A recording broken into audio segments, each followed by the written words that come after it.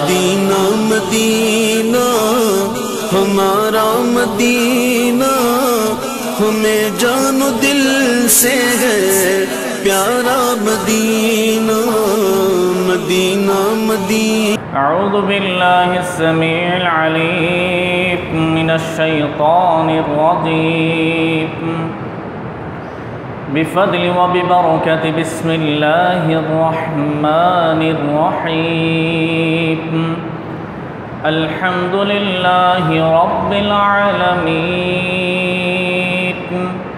खालिकिस समावाति वल अर्दीन, वस्सलातु वस्सलामु अला अशरफिल अंबियाइ वल मुरसलीन, सय्यिदिना व नबिय्यिना व मौलाना मुहम्मदिन सल्लल्लाहु अलैहि वसल्लम, अल्लज़ी अरसलहुल्लाहु बिद्दीनिल हक़्क़, अल्लज़ी हय्युन फ़ी क़ब्रिही, अल्लज़ी शाफ़िउन मुशफ़्फ़अ यौमल हिसाब, व अला आलिही व सहबिही व अहलि बैतिही व इत्रतिही अजमईन। क़ाल अल्लाहु तबारक व तआला फ़ी मुहकमि किताबिहिल मजीद। बिस्मिल्लाहिर रहमानिर रहीम। हामीम वल किताबिल मुबीन। इन्ना अंज़लनाहु फ़ी लैलतिन मुबारकह, अंज़लनाहु फ़ी लैलतिन मुबारकतिन इन्ना कुन्ना मुंज़िरीन, फ़ीहा युफ़रक़ु कुल्लु अम्रिन हकीम। सदक़ल्लाहु मौलानल अज़ीम व बल्लगना रसूलुहुन नबियुल हबीबुल करीम व नहनु अला ज़ालिका मिनश शाहिदीन वश्शाकिरीन वल्हम्दुलिल्लाहि रब्बिल आलमीन। क़ाल अल्लाहु तबारक व तआला फ़ी शानि हबीबिहिल करीम तअज़ीमन लहू व तशरीफ़ा। इन्नल्लाह व मलाइकतहू युसल्लूना अलन नबिय्य या अय्युहल्लज़ीना आमनू सल्लु अलैहि व सल्लिमू तस्लीमा।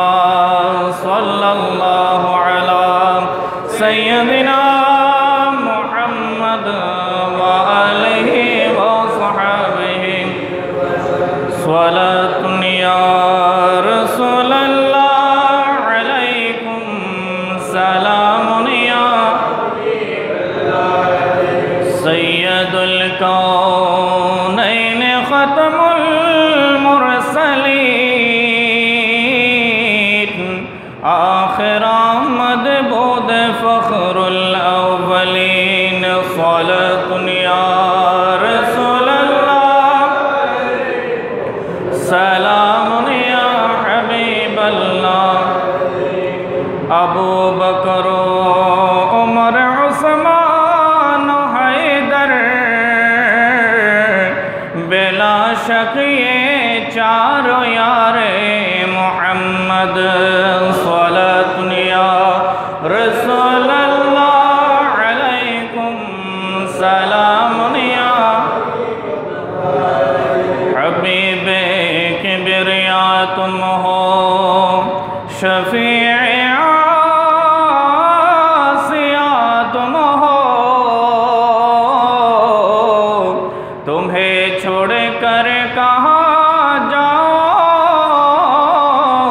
बता दो या रसूल अल्लाह। सलातुन या रसूल अल्लाह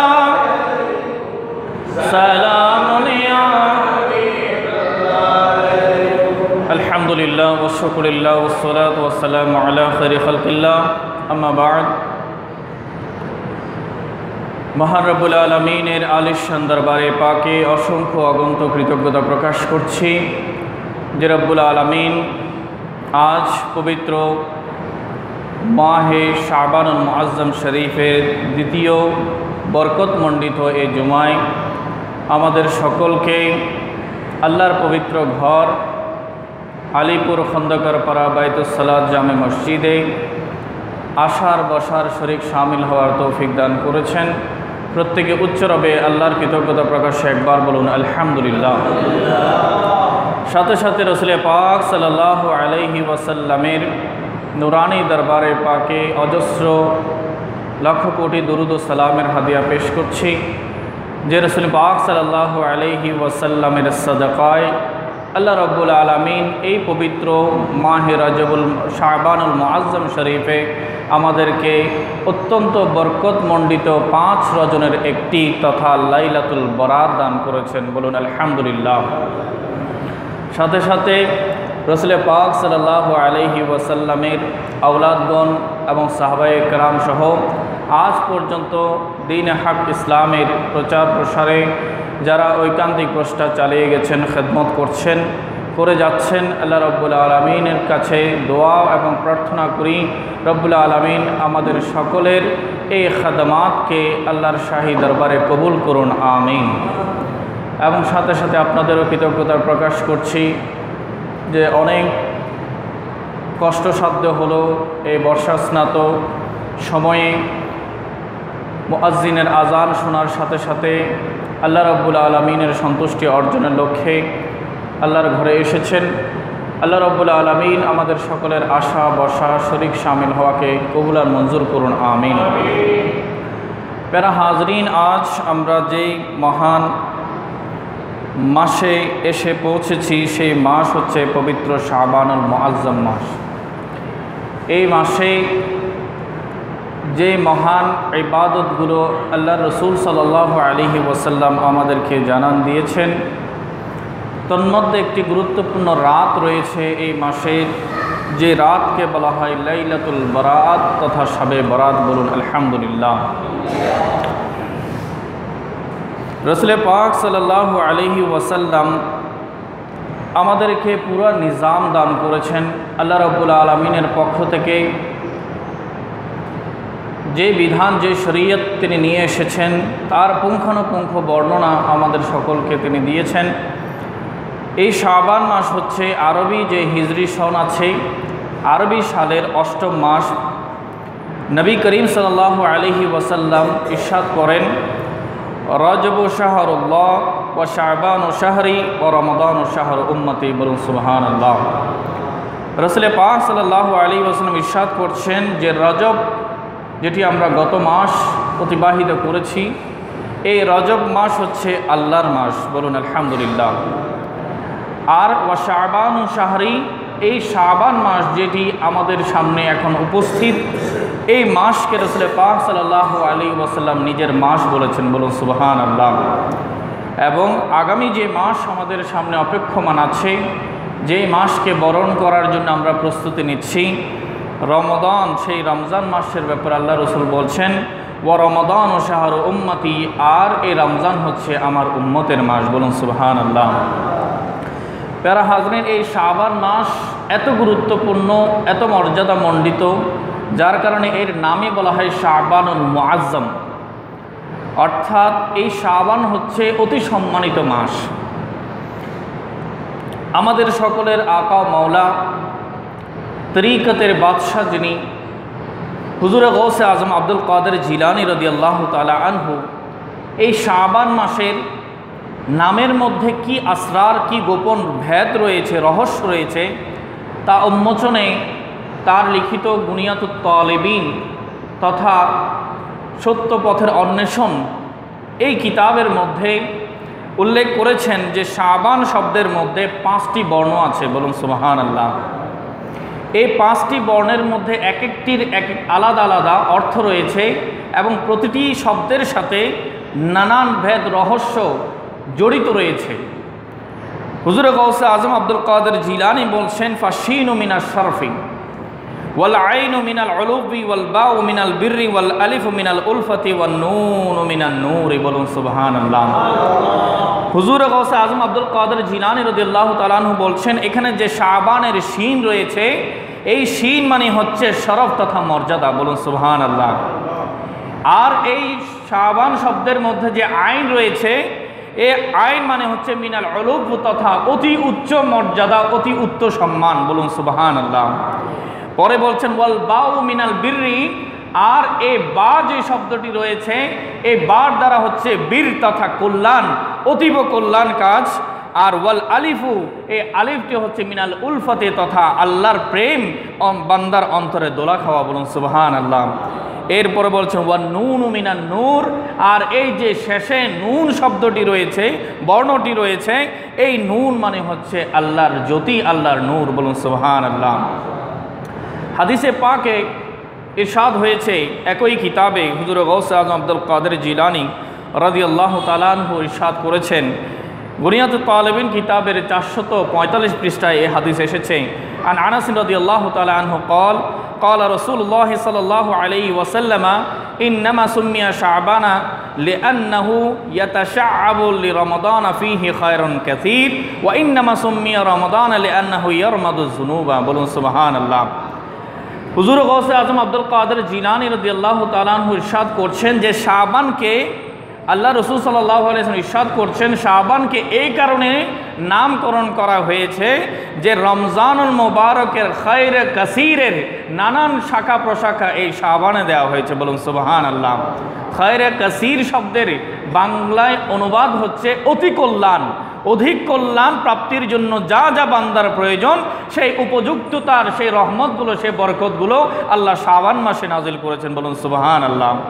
আর ওয়াইন্নামা সুম্মিয়া রমাদান, আর রমজানকে রমজান নাম এই কারণে করা হয়েছে লিআন্নাহু ইয়ারমাদুজ যুনুবা, কেননা এই রমজান হচ্ছে যে বান্দার যে পাপ আছে তার যে গুনাহ আছে সেই গুনাহকে রমজান জ্বালিয়ে দেয়। বলুন সুবহানাল্লাহ। প্যারা হাজরিন, এই শাবানুল মুআজ্জামের ফজিলত বারাকাত অনেক রয়েছে। এই শাবান মাস হচ্ছে রোজা রাখার মাস। বেশি বেশি রোজা রেখে রমজানুল মুবারকে যে রোজার আমাদের উপরে ফরজ আছে সেই রোজার ব্যাপারে আমাদের প্রশিক্ষণ নেওয়ার মাস হচ্ছে এই শাবান মাস। আল্লাহর প্যারা মাহবুব সাল্লাল্লাহু আলাইহি ওয়াসাল্লাম ইরশাদ করছেন, হযরত আয়েশা সিদ্দিকা রাদিয়াল্লাহু তাআলা আনহা থেকে বর্ণিত এই হাদিস সহিহ বুখারী শরীফে বাবু সিয়ামিন নবী সাল্লাল্লাহু আলাইহি ওয়াসাল্লাম ফি গায়রে রমাদান এই অধ্যায়ের মধ্যে আছে। হাদিসের নাম্বার হচ্ছে 1844। আন আয়েশা সিদ্দিকা রাদিয়াল্লাহু তাআলা আনহা قالت كان رسول الله صلى الله عليه وسلم يصوم حتى نقول لا يفطر ويفطر حتى نقول لا يصوم فما رأيت رسول الله صلى الله عليه وسلم استكمل صيام شهر إلا رمضان وما رأيته أكثر صياما منه في شعبان। বলুন সুবহানাল্লাহ। আল্লাহর প্যারা মাহবুব সাল্লাল্লাহু আলাইহি ওয়াসাল্লামের অতি মহাব্বতের সহধর্মিনী আমাদের ইমানদারদের মা হযরতে আয়েশা সিদ্দিকা রাদিয়াল্লাহু তাআলা আনহা ইরশাদ করছেন যে আমি রাসূল পাক সাল্লাল্লাহু আলাইহি ওয়াসাল্লামকে দেখেছি যে তিনি লাগাতার রোজা রাখছেন এমন কি আমরা যতক্ষণ পর্যন্ত তিনি ইফতার না করতেন তথা রোজা ভেঙে না ফেলতেন ততক্ষণ মনে করতাম তিনি রোজায় রেখে চলবেন। বলুন সুবহানাল্লাহ। আবার আমরা দেখতাম ওয়াইফতুরু, এবং আমরা দেখতাম যে রাসূল পাক সাল্লাল্লাহু আলাইহি ওয়াসাল্লাম ইফতার করছেন তথা রোজা রাখছেন না, একাধারে চলতেই থাকছে, এবং আমরা সকলে বলাবলি করতাম আল্লাহ রসুল আর রোজা রাখবেন না। বলা হচ্ছে যে আল্লাহ রসুল সাল্লাল্লাহু আলাইহি ওয়াসাল্লাম পরিপূর্ণ 1 মাস রোজা রাখতেন রমজান শরীফে। বলুন সুবহানাল্লাহ।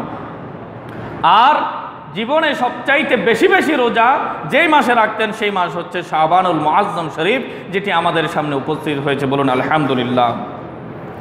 প্যারা হাজিরিন, রাসূল পাক সাল্লাল্লাহু আলাইহি ওয়াসাল্লাম যে রোজা রাখতেন এই ব্যাপারে সাহাবায়ে কেরাম রাসূল পাকের দিকে তাকিয়ে থাকতেন এবং জিজ্ঞেস করতেন, ইয়া রাসূলুল্লাহ আপনি এত রোজা রাখছেন এর কারণ কি?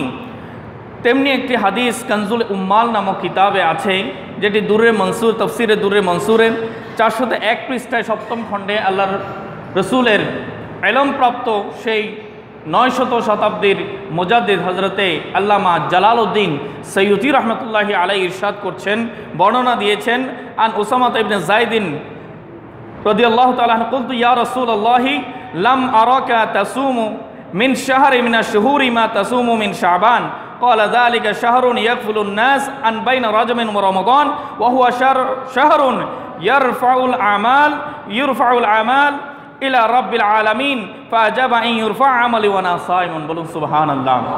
আল্লাহ রাসূল সাল্লাল্লাহু আলাইহি ওয়াসাল্লাম ইরশাদ করছেন যে শাবান এমন এক মাস, যেই মাসের ব্যাপারে বান্দারা তথা সাধারণ যারা মুসল্লি আছে, মুসলমান আছে, তারা গাফেল থাকে, উদাসীন থাকে। আল্লাহ রাব্বুল আলামিনের দরবারে এই মাসে আমার উম্মতের তথা বান্দাদের আমল নামাগুলো পেশ করা হয়, বলুন সুবহানাল্লাহ। এবং আল্লাহ রসুল বলছেন, আমি চাই যে আমার আমলগুলো ফেরেশতারা আমার আল্লাহর দরবারে পেশ করুক, এমত অবস্থায় আমি রোজাদার থাকি, বলুন সুবহানাল্লাহ।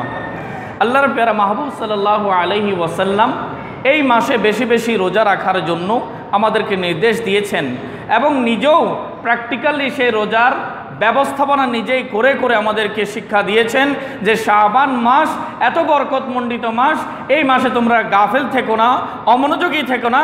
হে আমার উম্মতেরা, এই মাসে আমি রসুল বেশি বেশি রোজা রাখছি, কারণ এই মাসে আল্লাহর দরবারে আমাদের আমলগুলো পেশ করা হয়, বলুন সুবহানাল্লাহ।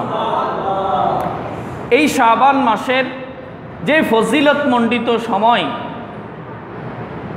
যেই দিনটি আমাদের সামনে উপস্থিত হতে চলেছে, সেটি হচ্ছে এই শাবানুল মুআজ্জম শরীফের 14 তারিখ দিন, 15 তারিখের রাত, তথা 15ই শাবানের রজনী, যেটাকে আরবিতে লাইলাতুল বারাত বলা হয়। আর আমাদের এই সাবকন্টিনেন্টে, উপমহাদেশে ভারত, পাকিস্তান, বাংলাদেশ সহ শ্রীলঙ্কা, এই দেশগুলোতে যেটাকে শবে বারাত বলা হয়, বলুন আলহামদুলিল্লাহ। রব্বুল আলামিন পবিত্র কুরআনুল হাকিমে সূরা দুখানের শুরুতেই ইরশাদ করেছেন, যে সূরাটি 25 পারায় আছে। রব্বুল আলামিন বলছেন, হামিম ওয়াল কিতাবিল মুবিন ইন্না আনজালনাহু ফি লাইলাতিন মুবারাকা ইন্না কুন্না মুনজিরিন, বলুন সুবহানাল্লাহ। ফিহা ইউফরাকু কুল্লু আমরিন হাকিম। আল্লাহ বলছেন হামিম, এই শব্দগুলোকে বলা হয় হুরুফে মুকাত্তাআত, অর্থাৎ যেই আয়াতগুলোকে আয়াতে মুতাশাবিহাত বলা হয়, যার নিগুড় রহস্য কি, যার অর্থ কি, অনুবাদ কি, আজ পর্যন্ত পৃথিবীর বুকে কেউ প্রকাশ করতে পারেনি, বলুন সুবহানাল্লাহ। এটি হচ্ছে কোরআনের চ্যালেঞ্জ। আল্লাহ পবিত্র কুরআনুল হাকিমের বিভিন্ন সূরার শুরুতে এই হুরুফে মুকাত্তাআতগুলো, বিচ্ছিন্ন আয়াতগুলো, হরফগুলো বর্ণনা দিয়েছেন এবং কিয়ামত পর্যন্ত সকল মানুষের বিবেকের কাছে চ্যালেঞ্জ ছুড়ে দিয়েছেন যে আমার কোরআন এমন একটি কোরআন যার সব কিছু, সব গোপন রহস্য তোমরা ভেদগুলো চর্চা করতে, বাহির করতে, আবিষ্কার করতে সমর্থ হবে না। আল্লাহ এরপরে বলছেন, ওয়াল কিতাবিল মুবিন, নিশ্চয়ই আমি শপথ করছি সুস্পষ্ট কিতাবের। সেটি কি? কোরআন। আল্লাহ বলছেন, ইন্না আনজালনাহু ফি লাইলাতিন মুবারাকা, যে আমি এই কোরআনকে একটি বরকতমণ্ডিত রাতে নাজিল করেছি, বলুন সুবহানাল্লাহ। ইন্না কুন্না মুনজিরিন, এবং আল্লাহ বলছেন আমি হচ্ছি তোমাদেরকে ভীতি প্রদর্শনকারী, বলুন সুবহানাল্লাহ।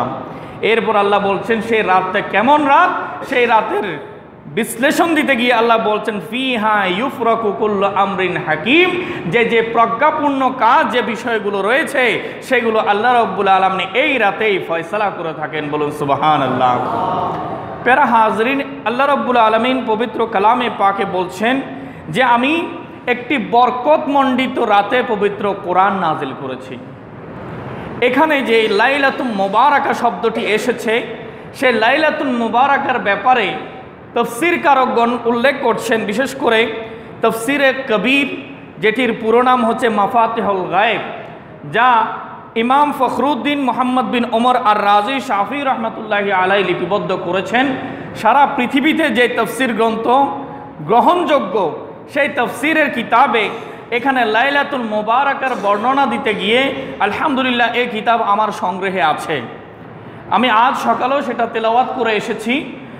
সেখানে উল্লেখ করা আছে ২৭তম খণ্ডে ২১০ পৃষ্ঠায় হযরত ইমাম ফখরুদ্দিন রাজি রহমতুল্লাহি আলাই সাহাবায়ে কেরাম এই লাইলাতুল মুবারাকার ব্যাপারে কি মতামত দিয়েছেন, অভিমত দিয়েছেন, সেটির বর্ণনা করতে গিয়ে বলেন, ওয়াকালা ইকরামাতা ওয়া তাইফাতুন আখারুন ইন্নাহা লাইলাতুল বারাআতি ওয়া হিয়া লাইলাতুন নিসফি মিন শাবান। বলুন সুবহানাল্লাহ। তিনি বলছেন যে হযরতে ইকরামা রাদিয়াল্লাহু তাআলা আনহু ওয়া তাইফাতুন আখারুন এবং আরও একদল সাহাবায়ে কেরাম অভিমত পেশ করেছেন আল্লাহ রাব্বুল আলামিন এই আয়াতে যে লাইলাতুল মুবারাকা বলেছেন, সেই লাইলাতুল মুবারাকার উদ্দেশ্য হচ্ছে ওয়াহিয়া লাইলাতুন নিসফি মিন শাবান, তথা শাবান মাসের 15তম রজনী। বলুন সুবহানাল্লাহ। তাফসীরে রুহুল মাআনিতে, যেটির পুরো নাম হচ্ছে রুহুল মাআনি ফি তাফসীরিল কুরআনিল আযীম ওয়াস সাবঈল মাসানি, এই কিতাবের লেখক হচ্ছেন আল্লামা আবু সানা শিহাবুদ্দিন সৈয়দ মাহমুদ আলুসি বাগদাদি রহমতুল্লাহি আলাই, যিনি বাগদাদের প্রখ্যাত আলেম এবং সারা পৃথিবীর ওলামায়ে কেরাম এই কিতাবগুলো প্রণিধানযোগ্য হিসেবে সেখান থেকে মাসালা এবং তাফসীরগুলো গ্রহণ করেন, নিজের জীবনে আমল করেন, সারা পৃথিবীতে এগুলোর বয়ানকে পৌঁছিয়ে দেন। বলুন সুবহানাল্লাহ। এমন একটি প্রণিধানযোগ্য কিতাব, এই কিতাবের 12তম খণ্ডের 699 পৃষ্ঠায় ইরশাদ হয়েছে, ওয়াকালা ইকরামা রাদিয়াল্লাহু তাআলা আনহু ওয়া জামাআতুন হিয়া লাইলাতুন নিসফি মিন শাবান ওয়া তুসাম্মা লাইলাতুর রাহমাতি ওয়াল লাইলাতুল মুবারাকাতি ওয়া লাইলাতুস সাক্কি ওয়া লাইলাতুল বারাআতি। বলুন সুবহানাল্লাহ।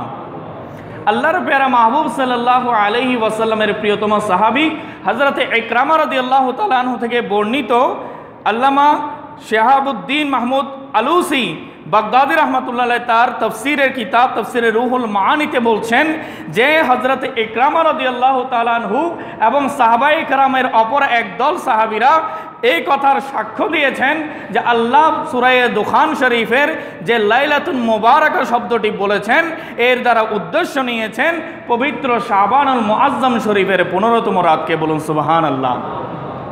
শুধু তাই নয়, তিনি উল্লেখ করছেন এই রাত শুধুমাত্র লাইলাতুল বারাত নয়, এর আরো অনেক নাম আছে। ওয়াতুসাম্মা লাইলাতুর রাহমাতি, বলা আছে এই রাতকে বলা হয় রহমত নাজিলের রাত। বলুন সুবহানাল্লাহ।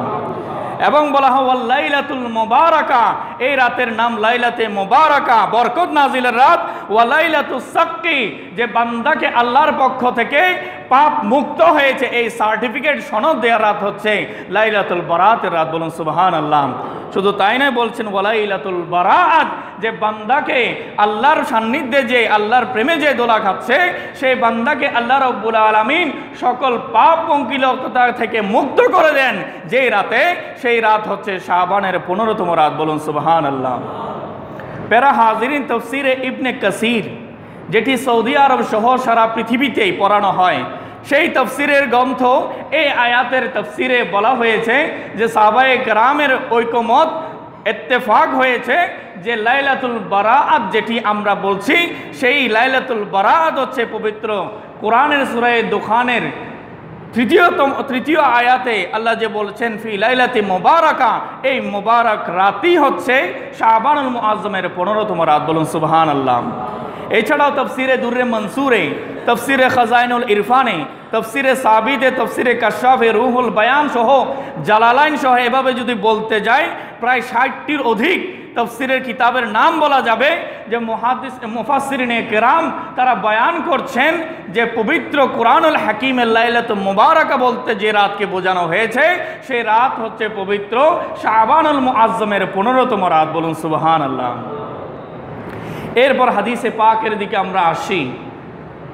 রব্বুল আলামিনের প্যারা হাবিব সাল্লাল্লাহু আলাইহি ওয়াসাল্লামের সহধর্মিনী হযরতে মা আয়েশাতু সিদ্দিকা রাদিয়াল্লাহু তাআলা আনহা, তিনি এই হাদিস বর্ণনা করছেন। এই হাদিসটি সিয়াসিত্তার কিতাব, অন্যতম প্রণিধানযোগ্য কিতাব, যেখান থেকে প্রমাণ নেওয়া হয় এবং আমাদের শরীয়তের অনেকগুলো মাসালা যেখান থেকে ভিত্তি দেওয়া হয়েছে, সেই প্রণিধানযোগ্য সিয়াসিত্তা 6টি যে সহি কিতাব, তার মধ্যে অন্যতম একটি হচ্ছে জামে তিরমিজি। বলুন সুবহানাল্লাহ। এই জামে তিরমিজিতে ইমাম তিরমিজি রহমতুল্লাহি আলাই তিনি একটি অধ্যায় শিরোনাম করেছেন যে বাবু মা জা আফি লাইলাতিন নিসফি মিন শাবান, যে এমন হাদিসগুলো আমি বর্ণনা করতে যাচ্ছি যেগুলোর ব্যাপার, যে হাদিসগুলো হচ্ছে লাইলাতুন নিসফি মিন শাবান তথা শাবানের 15তম রজনী সংক্রান্ত। বলুন সুবহানাল্লাহ। তিনি বলছেন যে হযরত আয়েশা সিদ্দিকা রাদিয়াল্লাহু তাআলা আনহা থেকে বর্ণিত, আন আয়েশা সিদ্দিকা রাদিয়াল্লাহু তাআলা আনহা ক্বালাত ফাকাততু রাসূলুল্লাহ সাল্লাল্লাহু আলাইহি ওয়াসাল্লাম যাতা লাইলাতিন। হযরত আয়েশা সিদ্দিকা বলছেন, আমি আল্লাহর প্যারা মাহবুব সাল্লাল্লাহু আলাইহি ওয়াসাল্লামকে এক রাতে আমার বিছানাতে অনুপস্থিত পেয়েছি। রাতের প্রথম ভাগে আল্লাহর প্যারা মাহবুব সাল্লাল্লাহু আলাইহি ওয়াসাল্লাম, জানেন যে ইতিহাস বলছে আল্লাহ রসুলের স্ত্রী 9 জন, মতান্তরে 13 জন এভাবে করে রসুলের পাকের স্ত্রী ছিলেন। সেটি আল্লাহর হিকমত, আল্লাহর প্যারা মাহবুব সাল্লাল্লাহু আলাইহি ওয়াসাল্লামকে আল্লাহ সে ইজাজত দিয়েছেন। কিন্তু উম্মতেরা সর্বোচ্চ তার কাছে ক্ষমতা থাকা সত্ত্বেও সে সর্বোচ্চ বিয়ে করতে পারবে 4 জন, এর বাইরে সে বিয়ে করতে পারবে না। কিন্তু আল্লাহ রসুল সাল্লাল্লাহু আলাইহি ওয়াসাল্লাম হচ্ছেন এমন ব্যক্তি যার উপরে ঈমান রাখা হচ্ছে আমাদের শরীয়ত, কিন্তু তিনি হচ্ছেন শরীয়ত প্রণেতা। বলুন সুবহানাল্লাহ। শরীয়ত প্রণেতার জন্য কোনো বাধ্যবাধকতা নাই। আল্লাহর প্যারা মাহবুব সাল্লাল্লাহু আলাইহি ওয়াসাল্লাম পালাক্রমে নিজের স্ত্রীদের যে অধিকার আছে সেই অধিকার তিনি পালন করতেন। আল্লাহর প্যারা মাহবুব সাল্লাল্লাহু আলাইহি ওয়াসাল্লাম হযরত আয়েশা সিদ্দিকা রাদিয়াল্লাহু তাআলা আনহার খেদমতে সেদিন ছিলেন। হযরত আয়েশা সিদ্দিকা বলছেন যে ফকত আমি অনুপস্থিত পেলাম আল্লাহর প্যারা মাহবুব সাল্লাল্লাহু আলাইহি ওয়াসাল্লামকে এক রাতে। তিনি বলছেন ফাখরাজতু আতলুবাহু, যে আমি বের হলাম যাতে আল্লাহ রসুল সাল্লাল্লাহু আলাইহি ওয়াসাল্লামকে আমি পেয়ে যাই, খোঁজ করার জন্য আমি বের হলাম। ফাইদা হুয়া বিল বাকি, আমি যখন খুঁজতে খুঁজতে এদিক সেদিক নানান স্ত্রীদের যে ঘরগুলো আছে অন্যান্য তার সহধর্মিনীদের কাছে যখন গেলাম, সেখানে যখন আল্লাহ রসুলকে পাইনি, তখন আমার অন্তরে ভয় সৃষ্টি হলো, না জানি আল্লাহ রসুল আমার উপরে কোনো অসন্তুষ্ট হয়েছেন কিনা, আজ আমার বিছানা ত্যাগ করে তিনি চলে গেলেন কেন। এই চিন্তায় আমি পাগলপাড়া হয়ে রসুলকে খুঁজতে লাগলাম, এবং খুঁজতে খুঁজতে আমি দেখছি আল্লাহর প্যারা মাহবুব সাল্লাল্লাহু আলাইহি ওয়াসাল্লাম জান্নাতুল বকি শরীফের কবরস্থানে দাঁড়িয়ে দাঁড়িয়ে দোয়া করছেন। বলুন সুবহানাল্লাহ। বলছেন ওয়া বিল বাকি রাফিআন রাসাহু ইলা সামা, যে আল্লাহ রাসূল সাল্লাল্লাহু আলাইহি ওয়াসাল্লাম জান্নাতুল বকির কবরস্থানে নিজের চেহারাকে, নিজের চোখকে আসমানের দিকে তাকিয়ে চেয়ে আছেন। বলুন সুবহানাল্লাহ। তখন আমি আল্লাহ রসুল সাল্লাল্লাহু আলাইহি ওয়াসাল্লাম এর সামনে যখন গেলাম, তখন প্যারা নবী সাল্লাল্লাহু আলাইহি ওয়াসাল্লাম ইরশাদ করলেন, ফাকালা ইয়া আয়েশা, আল্লাহ রসুল বললেন হে আয়েশা, আকুনতে তাখাফিনা, হে আয়েশা তুমি কি ভয় পেয়েছো, ভয় করছো যে আইয়াহিফ আল্লাহু তাআলা আলাইকা ওয়া রাসূলুহু, যে আল্লাহ এবং আল্লাহর রসুল তোমার সাথে যে অধিকার, তোমার যে হক, সেটাকে নষ্ট করবেন। আল্লাহ রসুল প্রশ্ন করছেন হযরত আয়েশাকে, হে আয়েশা তুমি কি মনে করো যে আল্লাহ এবং আল্লাহ রসুল তোমার যে অধিকার আছে সেটাকে খর্ব করবেন? দেখুন, একজন স্বামীর কাছে অধিকার আছে স্ত্রীর, স্ত্রী তার স্বামীর কাছে অধিকার পায় এবং স্বামীও তার স্ত্রীর কাছে অধিকার পায়। কিন্তু আল্লাহ রসুল বলছেন যে আমি তোমার বিছানা ছেড়ে চলে এসেছি, তুমি আমার খেদমত করার এবং আমার থেকে কল্যাণ লাভ করার বিষয় ছিল, কিন্তু তোমার বিছানা ছেড়ে আমি চলে এসেছি। আয়েশা তুমি কি মনে করেছো যে আল্লাহ এবং আল্লাহ রসুল তোমার হক নষ্ট করেছে? তাহলে প্রশ্ন জাগে যে রসুলে পাক সাল্লাল্লাহু আলাইহি ওয়াসাল্লাম স্ত্রীকে সময় না দিয়ে চলে আসাতে স্ত্রীর যে হক ছিল সেখানে কমতি হতে পারে, কিন্তু আল্লাহ রসুল বলছেন আল্লাহ তোমার হক নষ্ট করবেন আর আমি রসুল নষ্ট করব। এর দ্বারা কি বোঝা যায়? এর দ্বারা বোঝা যায় যে আল্লাহ রসুলের সকল কাজ আল্লাহর পক্ষ থেকে হয়। বলুন সুবহানাল্লাহ। রসুল নিজে কোনো কাজ করেন না, রসুলের যাবতীয় জীবন, রসুলের হায়াত, রসুলের পারিবারিক জীবন, দাম্পত্য জীবন সবগুলোই মুহূর্তে মুহূর্তে আল্লাহর রেজামন্দিতে কাটে। বলুন সুবহানাল্লাহ। আল্লাহর প্যারা মাহবুব সাল্লাল্লাহু আলাইহি ওয়াসাল্লাম এই কথা বলার পর হযরত আয়েশা সিদ্দিকা রাদিয়াল্লাহু তাআলা আনহা বললেন, কুলতু মা বিমিন যালিকা ওয়ালাকিন্নী জানান্তু আন্নাকে আতাইতা বাদা নিসাইকা। ইয়া রাসূলুল্লাহ সাল্লাল্লাহু আলাইহি ওয়াসাল্লাম, মানুষের স্বভাবজাত অনেকগুলো অনুভূতি আছে, সেই আমি আপনার স্ত্রী হিসেবে আমার স্বভাবজাত একটি চিন্তা আমার মনের মধ্যে চলে এসেছিল, না জানি আল্লাহ রসুল আমাকে ফেলে অন্য কোনো স্ত্রীর ঘরে গিয়েছেন কিনা।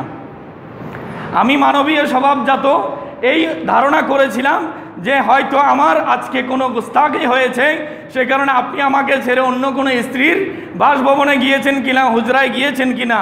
আল্লাহ রসুল বলছেন ফাকালা ইন্নাল্লাহ আযজা ওয়া জাল্লা ইয়ানজিলু লাইলাতান নিসফি মিন শাবান ইলা সামাই দুনিয়া। বলুন সুবহানাল্লাহ।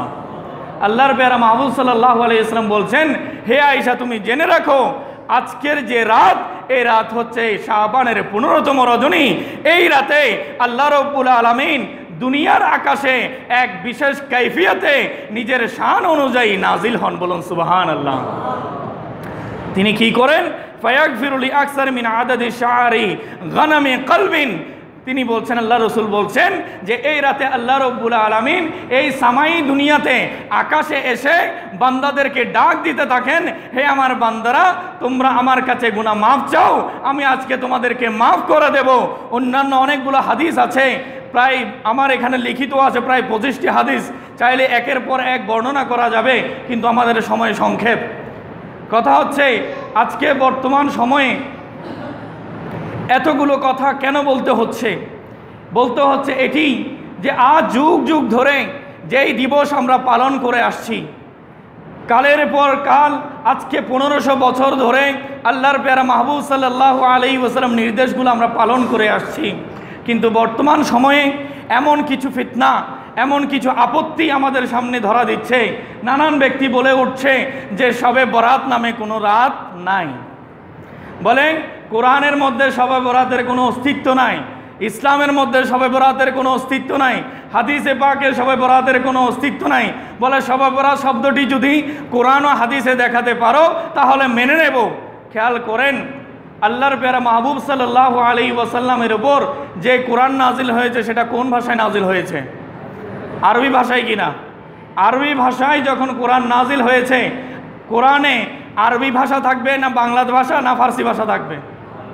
আরবি ভাষায় থাকবে। আল্লাহ বলছেন ইন্না আনজালনাহু কুরআনান আরাবিয়্যান লাআল্লাকুম তাআকিলুন, হে আমার বান্দা তোমাদের জন্য আমি আরবি ভাষায় কোরআন নাজিল করেছি যাতে তোমরা পরিপূর্ণ বুঝে নিতে পারো। বলুন সুবহানাল্লাহ। আল্লাহর প্যারা মাহবুব সাল্লাল্লাহু আলাইহি ওয়াসাল্লামের উপরে আরবি ভাষায় কোরআন নাজিল হয়েছে, আর এই আরবি ভাষার কোরআনের মধ্যে এই লাইলাতুল বরাতকে বলা হয়েছে লাইলাতুল মুবারাকা। এখন আমাদের যে ভারতীয় উপমহাদেশ, আমাদের এখানে ইসলাম প্রচার হয়েছে ইরানের সুফিয়া ইকরামের দ্বারা। দেখা যাচ্ছে তৎকালীন সময়ে এখানে উর্দু ভাষার, ফার্সি ভাষার প্রচলন ছিল। আরবিতে যেটা লাইল অর্থাৎ রাত বুঝায়, লাইলাতুন রাত বুঝায়, সেটাকে ফার্সি ভাষায় বলা হয় শব। শব মানে হচ্ছে রাত, এটার আরবি ট্রান্সলেশন হচ্ছে লাইলাতুন। আর বারাত শব্দটাও ঠিকই আছে। এখন পবিত্র কোরআনুল হাকিমে আল্লাহ বলছেন লাইলাতুল বারাত, হাদিসে পাকে আল্লাহ রসুল বলেছেন লাইলাতুল বারাত, অন্য জায়গায় বলেছেন লাইলাতুন নিসফি মিন শাবান, যে শাবানের 15তম রাত। উলামায়ে কেরাম এবং হাদিসের যারা বড় বড় বিখ্যাত সংকলক আছেন তারা সকলে হাদিস চর্চা করেছেন, বর্ণনা করেছেন। এমনকি সিয়াসিত্তার কিতাবের মধ্যেও লাইলাতুন নিসফি মিন শাবান নামে অধ্যায় করে সেখানে হাদিস বর্ণনা করা হয়েছে। এত কিছু হওয়ার পরও সিয়াসিত্তার মধ্যে হাদিস আছে, কোরআনের তাফসিরের মধ্যে লাইলাতুল বারাত শাবানুল মুআজ্জমের কথা আছে, কিন্তু বর্তমান সময়ে কিছু ব্যক্তি আপত্তি করছে যে শবে বরাত বলতে কোনো রাত নাই। বলুন নাউজুবিল্লাহ। প্যারা হাজরিন, যদি দলিল দিতে যায় কয়েকদিন লাগাতার আলোচনার মধ্য দিয়ে দেয়া যাবে, কিন্তু সময় আমাদের স্বল্প।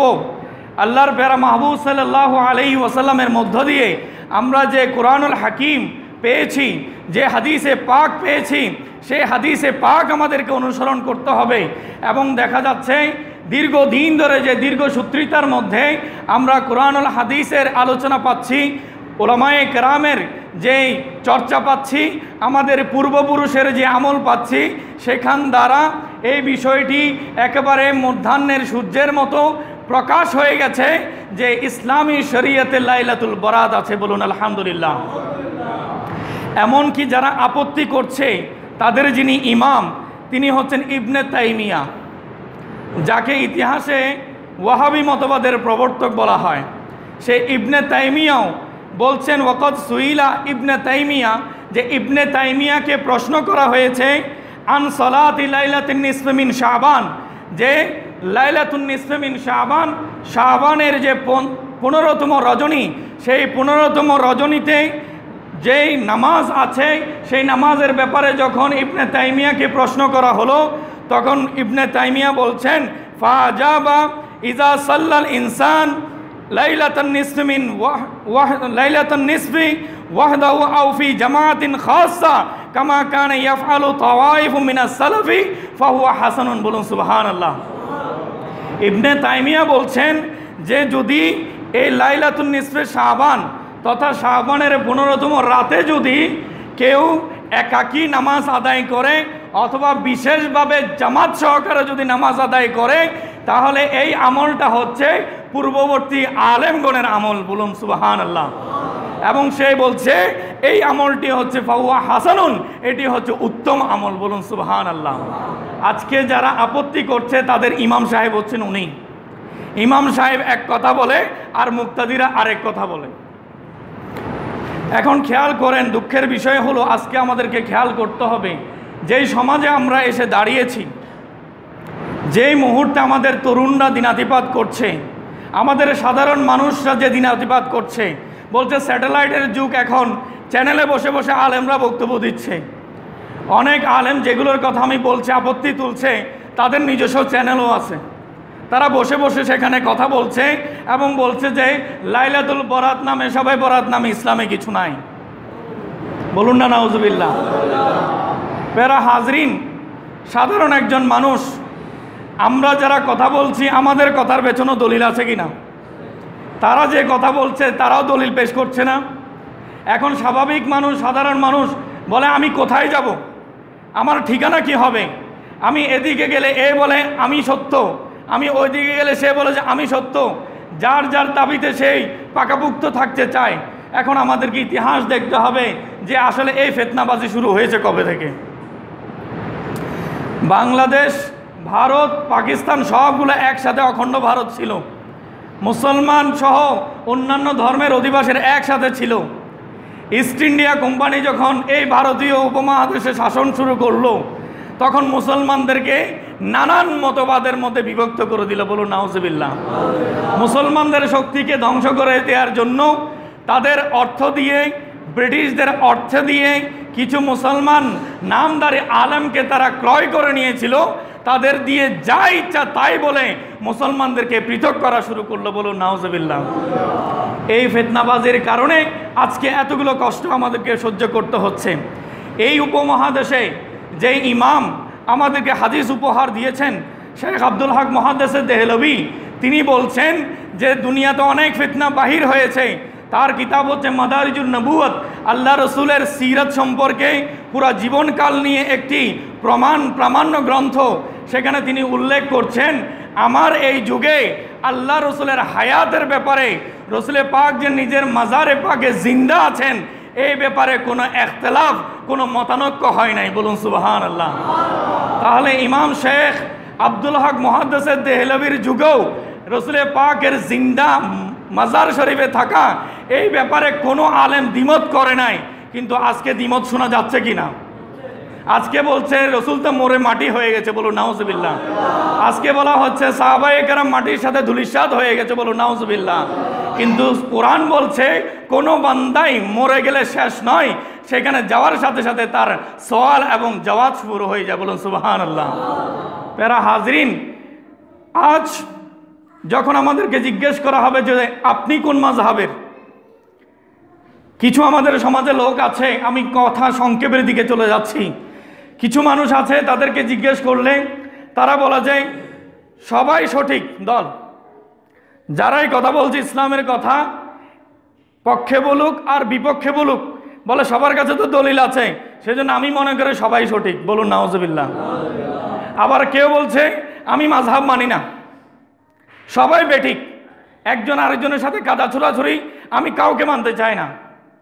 এই জন্য এমন অবস্থা হলো, যারা ভারতে গিয়েছেন, আমাদের বাংলাদেশে খুব কম দেখা যায়, ভারতের রেলওয়ে স্টেশনগুলোতে যখন যাত্রী নামে, কলকাতার যে হাওড়া স্টেশন, দিল্লিতে নিজামুদ্দিন স্টেশন বা চেন্নাইতে সেন্ট্রালে যারা নামেন, তারা দেখেন যে নামার সাথে সাথে অনেক হাজার হাজার কুলিরা পেছনে দৌড়ায় যাত্রীদের মালপত্র নেওয়ার জন্য, এবং গাড়িওয়ালারা তার দাঁড়িয়ে থাকে যে মালগুলো নেবে, সে নিজে কিছু টাকা তার কাছ থেকে পাবে। এখন ওই ব্যক্তিকে বিরক্ত করতে গিয়ে কেউ তার সন্তানগুলোকে নিয়ে টানাটানি করে, কখনো তার যে ব্যাগ এন্ড লাগেজ মালপত্র এগুলো নিয়ে টানাটানি করে, অনেক সময় দেখা যাচ্ছে ওই ব্যক্তিকে নিয়ে টানাটানি করে। এতগুলো ব্যক্তির যখন টানাটানি সে সামনে দেখে, তখন শেষ পর্যন্ত বলে আমি কোথাও যাব না, কারণ সে কি হয়েছে, বিরক্ত হয়ে গেছে। আজকেও যারা ফিতনাবাজ আছে, যারা নানান কথা যেগুলো যুগ যুগ ধরে, হাজার বছর ধরে যে কথাগুলো বিদ্যমান, যে তফসিরগুলোর কথা বলেছি, এই তফসিরগুলো হাজার বছর আগে রচিত হয়েছে। তখনকার ইমামগণ, এই যে সিয়াসিতের কিতাবগুলো, এগুলো হাজার বছর আগে তৈরি হয়েছে। তখনকার ইমামগণ তাদের কিতাবে যে কথা লিখেছেন, তাহলে আমাদের বুঝে নিতে হবে তিনি সেটার উপর আমল করেছেন। বলুন সুবহানাল্লাহ। কোনো ব্যক্তি তার গ্রন্থে ওই কথাই লেখেন যেটার প্রতি তার বিশ্বাস থাকে। তারা ফজিলতের কথা বলেছেন। আমরা এখন মানুষকে আমলের দিকে, ইবাদতের দিকে ডাকার কথা ছিল, কিন্তু দেখা যাচ্ছে এক প্রকারের, এক শ্রেণীর কিছু ইহুদি এবং খ্রিস্টানদের, ইসলামের শত্রুদের যে টাকা পয়সা বিকৃত করেছে ইমানকে, তারাই মুসলমানদের মধ্যে ফিতনা সৃষ্টি করেছে, এবং দেখা যাচ্ছে সাধারণ মানুষগুলোকে ওই কুলির মতো বিরক্ত করছে কিনা। বলতেছে সহি হাদিস আছে, সহি হাদিস আছে। আরে সহি হাদিস বুঝার এই ক্যাপাসিটি তোমার মাঝে আসলো কোত্থেকে? তুমি পড়ো কোট টাই প্যান্ট শার্ট পরে পরে এদিক সেদিক ঘোরাফেরা করো, মাদ্রাসার বারান্দাতে জীবনে একবারও যাও নাই, একটা কিতাবও তুমি পড়ো নাই, বাংলা কিছু গ্রন্থ পড়েই তুমি সহি হাদিস বলতেছো, ফতোয়া দিচ্ছ। ইসলাম কি তোমার কাছে এত সহজে বিক্রি হবে? বলুন নাউজুবিল্লাহ। প্যারা হাজরিন, খেয়াল করেন, আল্লাহর প্যারা মাহবুব সাল্লাল্লাহু আলাইহি ওয়াসাল্লামের দিনেই হচ্ছে আমাদের জন্য শরীয়ত। আমরা কাকে মানব? আমরা মানব আল্লাহ রসুল যা আমাদেরকে দিন দিয়েছেন সেটাকে। আমরা মানব সাহাবায়ে কেরামের দিনকে। আমরা মানব, যখন কেউ প্রশ্ন করবে, আমাকেও যদি কেউ প্রশ্ন করেন যে আপনার মাযহাব কি, আপনি কোন মাযহাবের, তখন আমি উত্তরটা একটু বাঁকা করে দেব। আমার উত্তর হবে আমার মাযহাব, আমার আব্বাজানের যে মাযহাব সেটি, আমার বাবার যে মাযহাব সেটাই হচ্ছে আমার মাযহাব। এখন আবার প্রশ্ন করবেন যে আপনার বাবার মাযহাব কি, আমি বলবো আমার দাদা দাদির যে মাযহাব ছিল সেটাই হচ্ছে আমার আব্বাজানের মাযহাব। এখন প্রশ্ন করবেন আপনার দাদা দাদির মাযহাব কি, আমি বলবো আমার দাদা দাদির মাযহাব হচ্ছে সেই মাযহাব যে মাযহাব মদিনায়ে মুনাওয়ারা থেকে হযরতে খাজা মুঈনুদ্দিন চিশতি নিয়ে এসেছিলেন। বলুন সুবহানাল্লাহ। এই ভারতীয় উপমহাদেশে মুসলমান কে বানিয়েছে? খাজায়ে গরিবে নওয়াজ। সেই খাজা গরিবে নওয়াজ এই শবে বরাত পালন করেছি নাকি না আমাদেরকে দেখতে হবে কিনা। হযরতে শহর কুতুব শাহে আমানত হযরতে গৌসে আজম মেজভান্ডারি এবং দাতা গঞ্জ বখশ লাহোরি, ওনারা শবে বরাত পালন করেছেন কিনা, এটাই যদি আমরা দেখি তাহলে আমাদের ঈমান মজবুত হবে।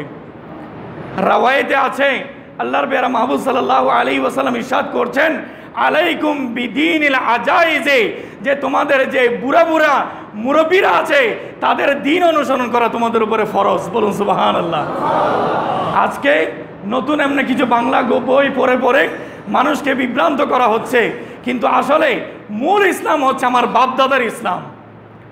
উলামায়ে কেরাম বলে যে কাপড় যদি পুরনো হয়ে যায় চেঞ্জ করে ফেলো, টুপি যদি পুরানো হয়ে যায় চেঞ্জ করে ফেলো, জুতা যদি পুরানো হয়ে যায় চেঞ্জ করে ফেলো, কিন্তু ঈমান পুরানো হলে চেঞ্জ করিও না। আকীদা পুরানো হলে সেটা চেঞ্জ করিও না, কারণ মূল ঈমান হচ্ছে আল্লাহ রসুলের যুগের ঈমান। বলুন সুবহানাল্লাহ। মূল ঈমান হচ্ছে সাহাবায়ে কেরামের যুগের ঈমান। শুধু তাই নয়, মূল ঈমান হচ্ছে আউলিয়া কেরামের ঈমান। বলুন সুবহানাল্লাহ। আমাদেরকে মানতে হবে আউলিয়া কেরামের ঈমান। যত বেশি অলিদের সংস্পর্শ, তাদের জীবন বৃত্তান্ত আমরা আলোচনা করব, আমাদের বাপ দাদার যেই জীবন বৃত্তান্ত সেটি যত আমরা আলোচনা করব, ততই আমাদের ঈমান পাকাপোক্ত হবে, আমরা ইসলামের উপরে থাকতে পারবো। বলুন সুবহানাল্লাহ। আল্লাহ রাব্বুল আলামিন আমাদের সকলকে বোঝার তৌফিক দান করুন, আমিন। আগামী লাইলাতুল বরাতের রাতে এর ফজাইল সম্পর্কে বিস্তারিত আলোচনা হবে। সকলকে দাওয়াত দিচ্ছি, আপনারা সকলে আসবেন। আল্লাহ রাব্বুল আলামিন আমাদের সকলকে, আমাদের পরিবারগুলোকে যথাযথভাবে ইসলামের বিধানগুলো মেনে চলার এবং পালন করার তৌফিক দান করুন। আমিন।